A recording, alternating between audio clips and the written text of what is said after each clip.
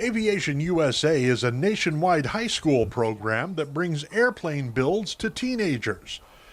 Aviation USA Outreach Director ANGIE Verissimo says Lafayette will be a test market for the program starting this fall.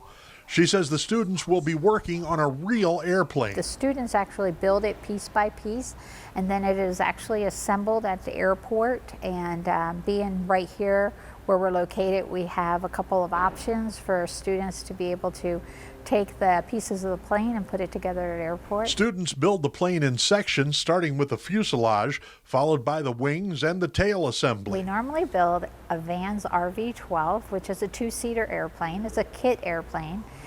Purchased through Aviation USA, they get a discount through us, and we work with them to establish everything we need. Verissimo says the program offers a chance at hands-on experience in a field where there is currently a demand for jobs. They learn mechanical engineering, electrical engineering.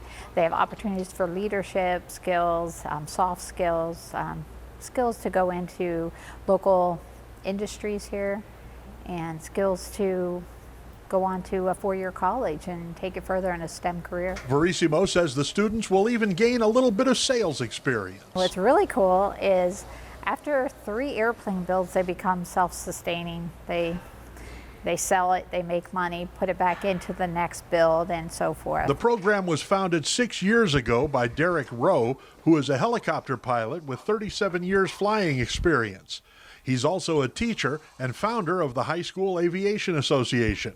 Verissimo says Aviation USA also assists in connecting students with programs to further their aviation experience. We look for internships for the summer for seniors, and we connect with colleges for aviation programs or maintenance programs that they can build a career path. Plans are on track to have classes begin this fall.